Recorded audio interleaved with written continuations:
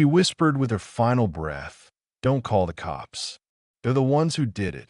Jake Turner had every reason to leave her there in the wrecked cruiser, but the metal case she clutched could destroy the same people who killed his brother, and that alone kept him from walking away.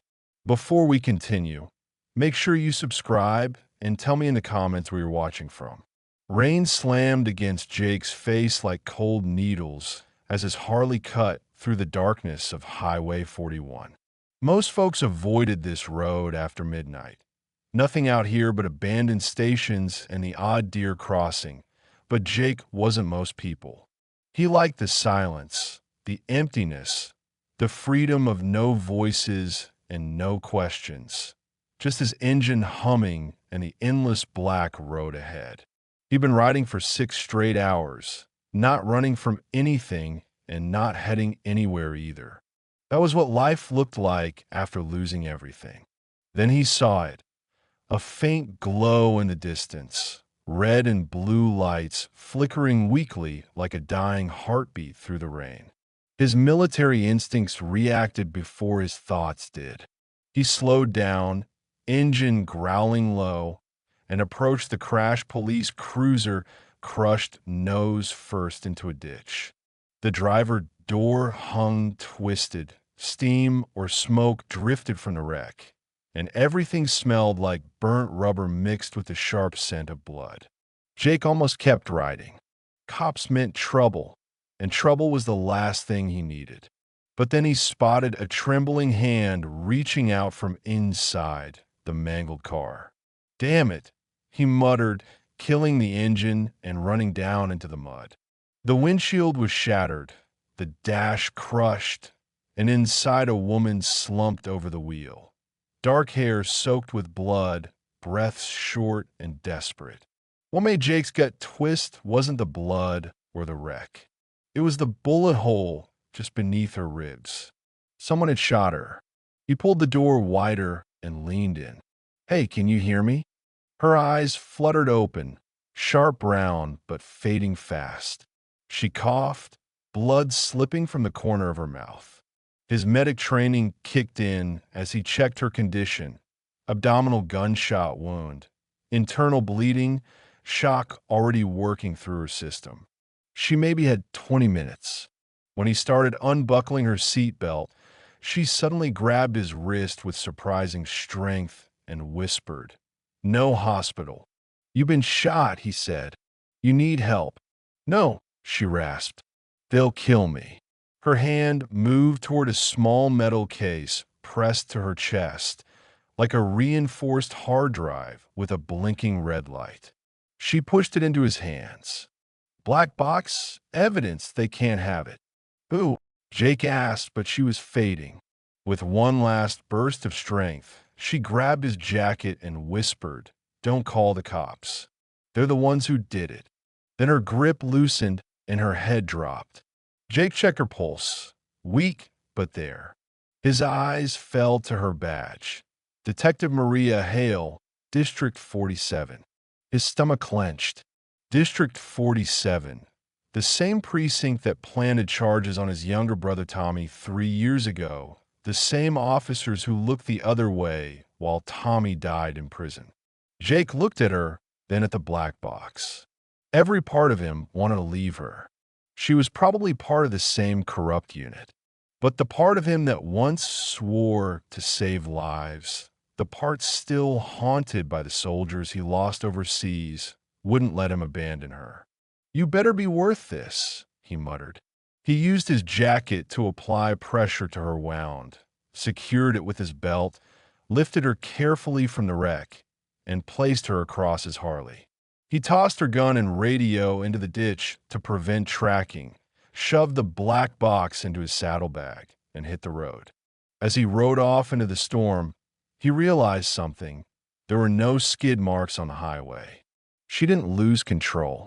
Someone forced her off the road and tried to finish the job.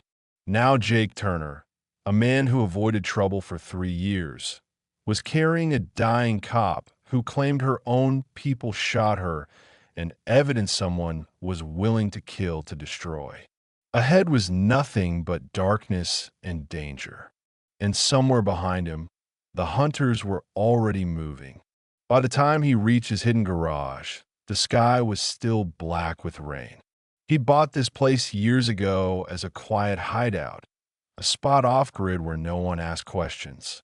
He laid Maria on the workbench and worked under the harsh lights, cutting away her uniform, cleaning the wound, stitching her up with steady hands trained in war zones. By dawn, she was stable, not safe but alive. Jake sat across from her, with her unloaded gun in his lap. At 6:47 a.m., her eyes snapped open.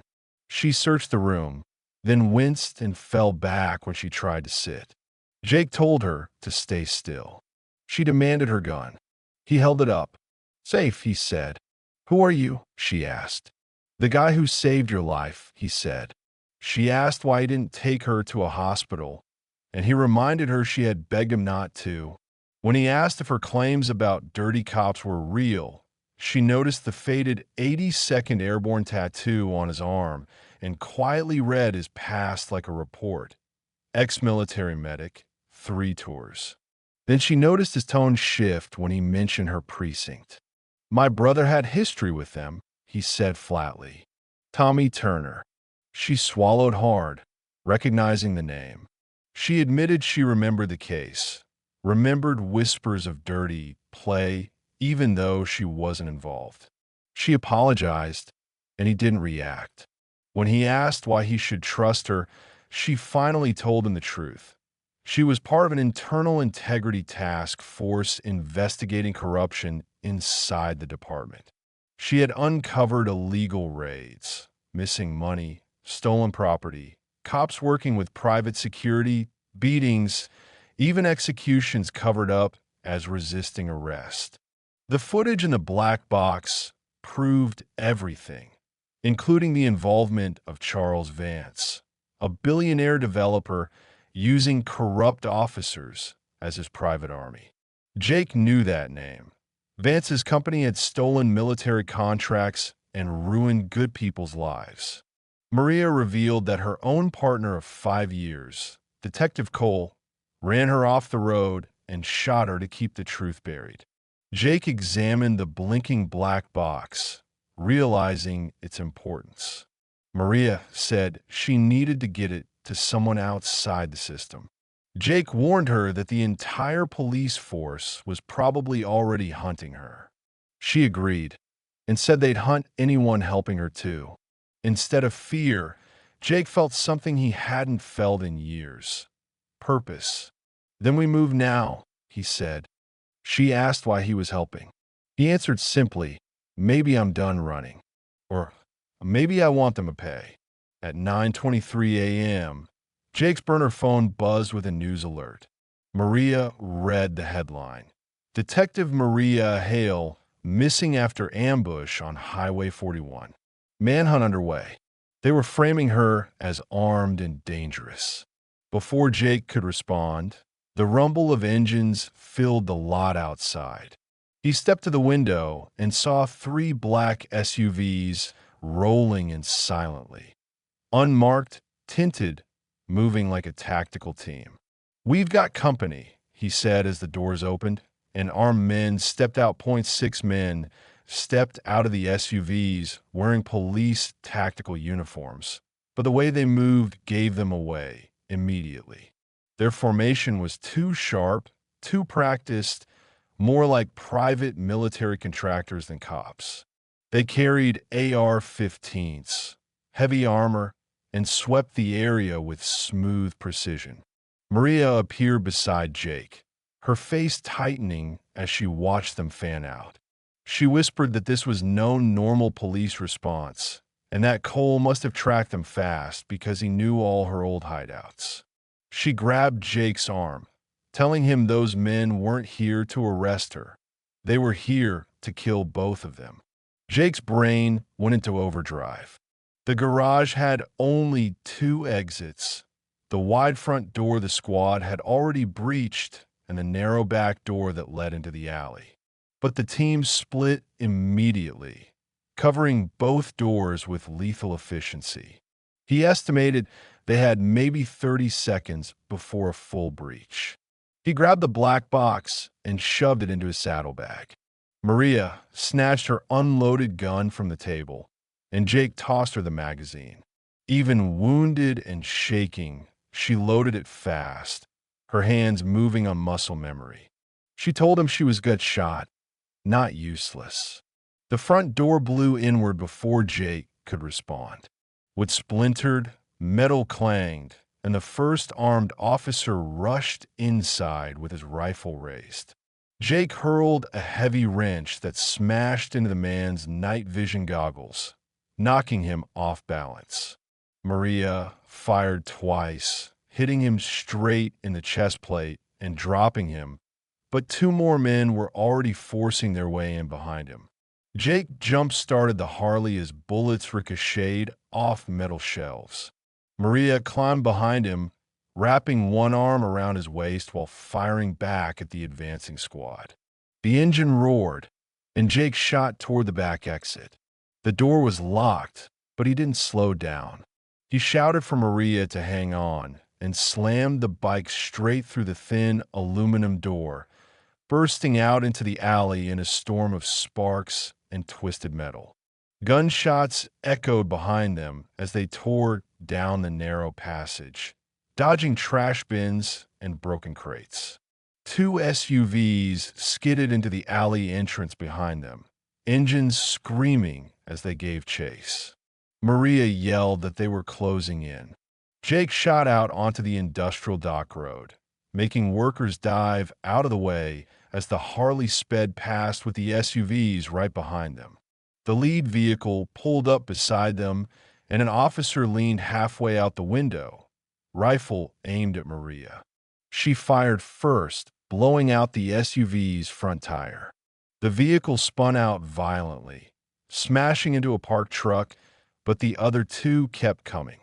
Jake veered into the maze of shipping containers, weaving between rows of steel giants like he'd been born on these docks. He knew every dead end from his old security days and used that knowledge to trap their pursuers into overshooting a turn. He braked hard and darted into a narrow gap between containers. The SUVs shot past, unable to slow down in time. Jake killed the engine and waited in silence. Engines rumbled in the distance as the squad spread out, hunting through the yard. Maria's breathing grew shallow. Blood seeped through her newly stitched wound. Jake whispered that she was bleeding again, but she insisted she was fine even though she clearly wasn't. His phone vibrated. He checked it, and his stomach dropped. It was a photo of them on the Harley taken minutes earlier, Maria's face clear in the shot. A reward notice sat beneath it. $50,000 for information leading to their capture. Maria stared at the image and pointed out the angle. It came from a traffic camera they passed 2 minutes earlier. She explained that only Precinct Dispatch had direct access to the live feed, meaning whoever was hunting them was watching their movements in real time. Jake realized they knew exactly where he and Maria were hiding inside that container maze. Engines suddenly grew louder, closer, converging on their position. Maria checked her magazine. Only 4 bullets left. Jake restarted the bike, saying they'd have to make every shot count. They burst out from between the containers at full speed just as 3 SUVs closed in from different directions. Only one escape path remained, the pier. Jake accelerated toward it, even as Maria yelled in panic. He said he was doing something stupid. The Harley thundered down the pier, wooden boards cracking under the wheels.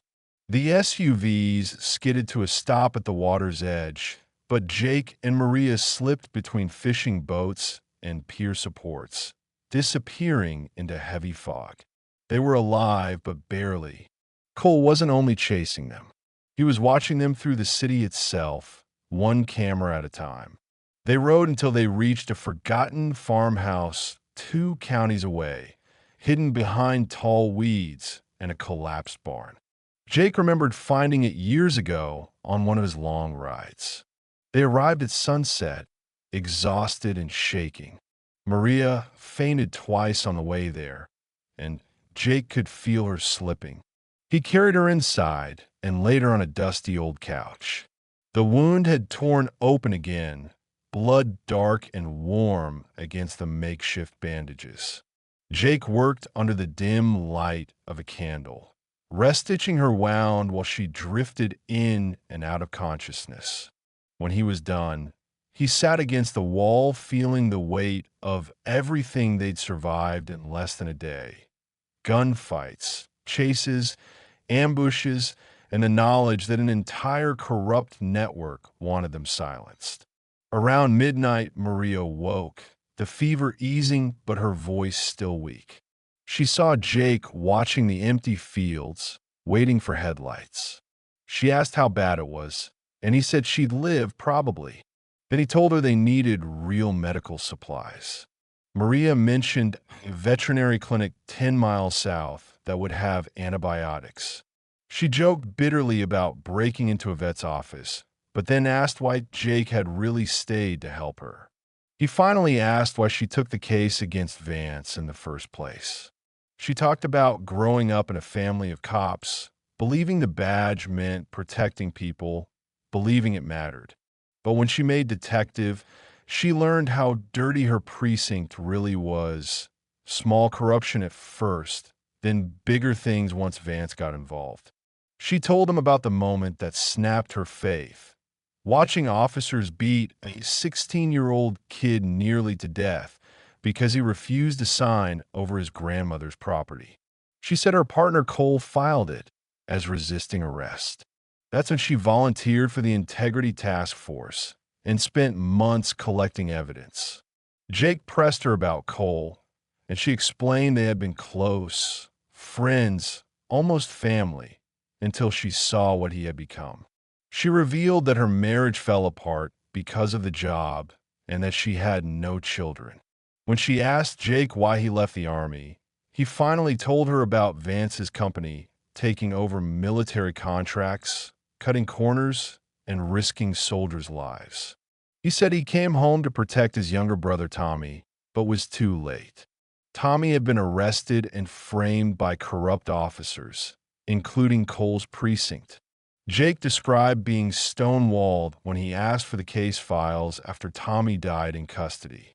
Maria listened quietly, then connected the timeline. Vance's contracts and development projects started right around Tommy's arrest. She suspected Tommy had been targeted as part of one of Vance's property grabs. Jake froze as the truth hit him. They didn't just arrest his brother. They destroyed him to clear a neighborhood for profit. A helicopter appeared in the distance, sweeping the fields with a bright spotlight. Maria said they had to run. Jake helped her stand, but before they could move, his phone buzzed again. This time the message was a photo of the farmhouse, taken from above, and a threatening note from Cole telling him to hand over the drive or die. Jake realized the phone had been tracked the whole time.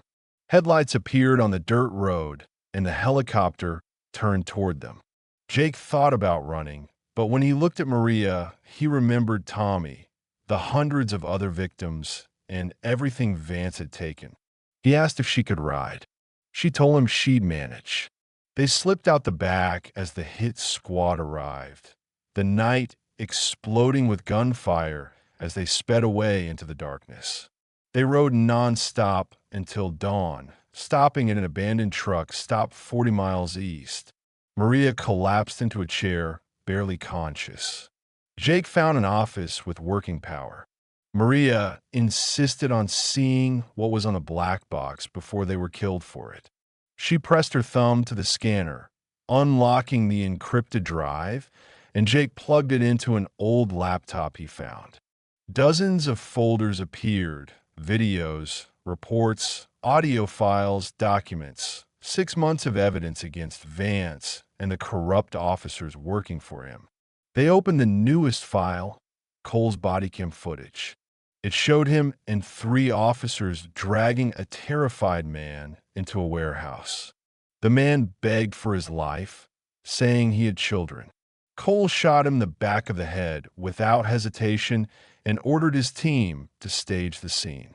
Maria revealed the victim was Marcus Green, a city planner who had approached her with proof of Vance's illegal activities.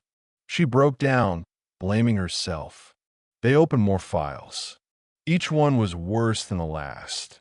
Recordings of beatings, forced evictions, illegal seizures, payoffs, and cover-ups. Then Jake found a file with his brother's name. The footage showed Tommy in an interrogation room, scared and crying as Cole, and another officer threatened him with decades in prison unless he signed a confession. Tommy denied everything, but they pressured him until he gave in. Jake watched his brother shake as he signed, and Cole smirked in satisfaction. Maria told Jake that Tommy had been framed so Vance could take over the neighborhood. Jake trembled as he opened the property records that confirmed it. After Tommy's conviction, their home had been seized and sold to a Vance shell company for almost nothing. He realized they had stolen not just Tommy's life, but everything his family ever had. Maria placed a hand on Jake's shoulder, telling him that now he understood why exposing them mattered, why they couldn't stop. Jake stared at the frozen image of Tommy's terrified face, and for the first time since all of this began, something inside him shifted from survival to vengeance. The rage in Jake's chest slowly turned into something colder and sharper, something that felt like pure purpose.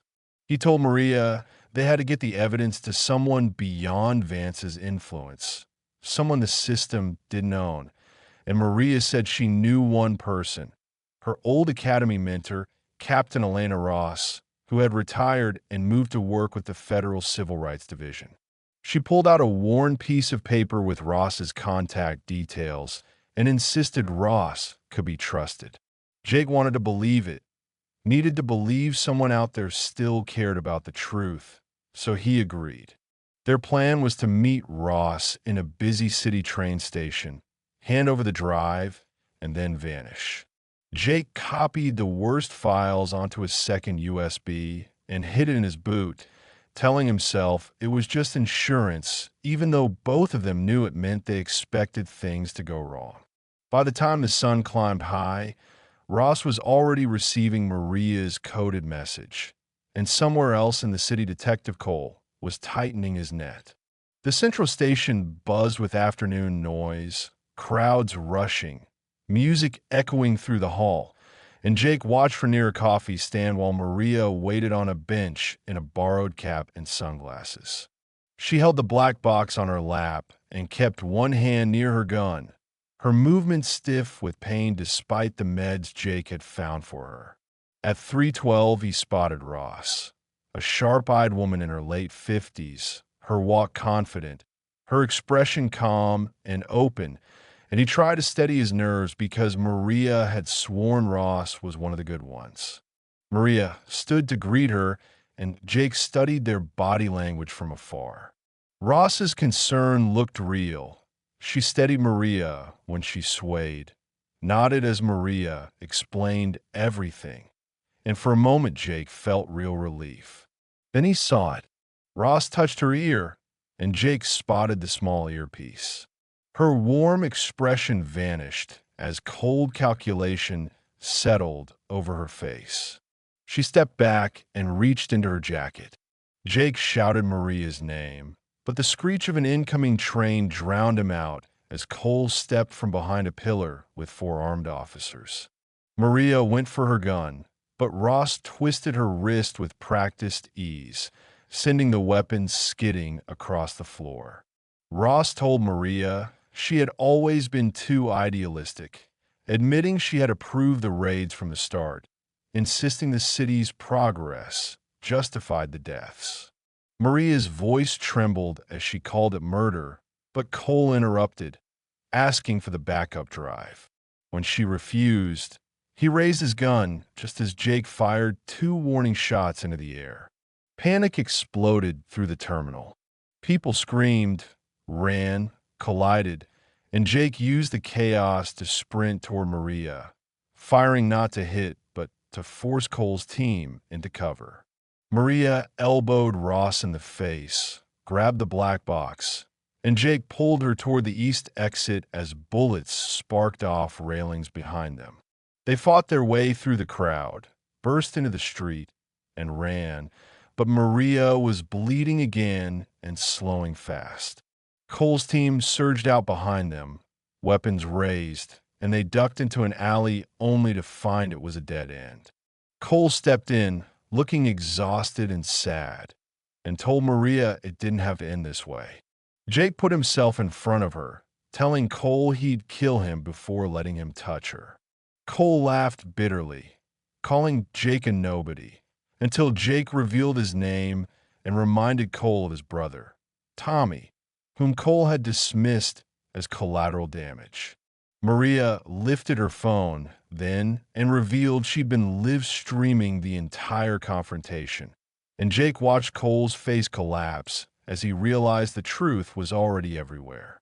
When Cole answered a call from Vance, his expression shattered. He'd been cut loose. Sirens filled the air, and Cole finally lowered his gun, followed by his team. Real federal agents stormed in, and Maria handed over the black box, revealing she had called them long before they even left the truck stop. As agents cuffed Cole and Ross, Maria collapsed, and Jake caught her, unsure whether they had really won or only survived the first round. 2 days later, Jake learned Maria was alive and recovering in federal custody while the black box footage shook the country. Vance had been arrested, but Jake knew powerful men didn't fall quietly. That's why he wasn't shocked when a burner phone rang at 4 a.m. and a broken, desperate Cole told him Maria was being moved to a supposed safe house that was really a trap. The call ended abruptly, leaving Jake torn between instinct and conscience. He contacted a trusted journalist, Rachel Chun, telling her to release everything if he didn't check in by sunset. Then he rode deep into the desert to an old biker outpost where 3 former squad mates joined him. They set up defenses, rigged explosives, and waited. By late morning, an armored FBI convoy arrived, and Maria stepped out injured but alive. Jake saw several fake agents mixed in, contractors moving like soldiers, not law enforcement. And as the convoy moved closer, one of them shot a real agent in the head. Chaos erupted as the infiltrators opened fire, dropping more officers while Maria ducked for cover. Jake and his team responded with precise shots, dropping a few attackers, but more SUVs came roaring from the distance. It was a trap, not just for Maria, but for all of them, and Jake ordered his team to fall back while he sprinted across open ground to reach Maria behind an overturned vehicle. She joked about the bad timing, and he told her he'd gotten a tip, but they were running out of options fast. With contractors closing in and his team heavily outnumbered, Jake asked if she could ride. She said she didn't really have a choice. They ran for the Harley, one of the disguised agents grazing Jake's shoulder with a shot that sent fire through his arm, but they reached the bike as an explosion tore through the compound. Jake launched them forward through fire and smoke, while Maria shot a contractor blocking their path. 4 SUVs chased them across the desert, one flipping when Jake swerved sharply, and he spotted a radio tower ahead, the same one capable of sending a region-wide broadcast. Maria pulled out a transmitter, saying she could upload the evidence if they got close enough. Jake pushed the bike to its limit and skidded to a stop beside the tower. Maria ran to the panel and worked quickly as the SUVs arrived and contractors surrounded them. Cole stepped forward holding a detonator, saying Vance had promised him a new life if he destroyed the tower and killed everyone near it. Maria didn't move. She finished the last command and the transmitter flashed green. Across the region, every device, screen, and frequency filled with the black box files in full, impossible to stop. Cole's face twisted in horror. His men hesitated, lowering their weapons as helicopters approached. Cole dropped the detonator and fell to his knees. Jake, bleeding heavily, leaned against the tower and asked whether it had worked, and Maria, crying, told him it had. The real FBI swept in and secured the scene, while Jake's vision darkened and he thought of Tommy, finally at peace knowing they'd won. 3 weeks later, the world looked different. Vance sat in court wearing an orange jumpsuit while prosecutors built a mountain of charges against him. The black box had sparked massive investigations. Officers arrested, agents suspended, Ross awaiting trial, and corruption exposed across multiple states. Maria now lived quietly in a small apartment in Idaho under witness protection. Her hair was short and auburn now, her new identity solid, and she had refused reinstatement, choosing solitude over medals. When her handler called to say Cole had been found dead in his cell, with the official report calling it suicide and the unofficial whispers pointing to a cover-up, Maria simply thanked him. Later, a suspicious package arrived at her door. Inside was a dog tag with Jake's name on it and a letter saying he had disappeared for good, not dead but choosing the road instead of attention, telling her what they did mattered, that she had reminded him what it meant to fight for something bigger. He told her she deserved her new life and that if she ever needed him, she knew where he'd be, somewhere between nowhere and gone. Maria held the dog tag and finally let herself cry. Far to the south, Jake rode through the Mexican desert on a dusty highway, his shoulder healed, his past behind him.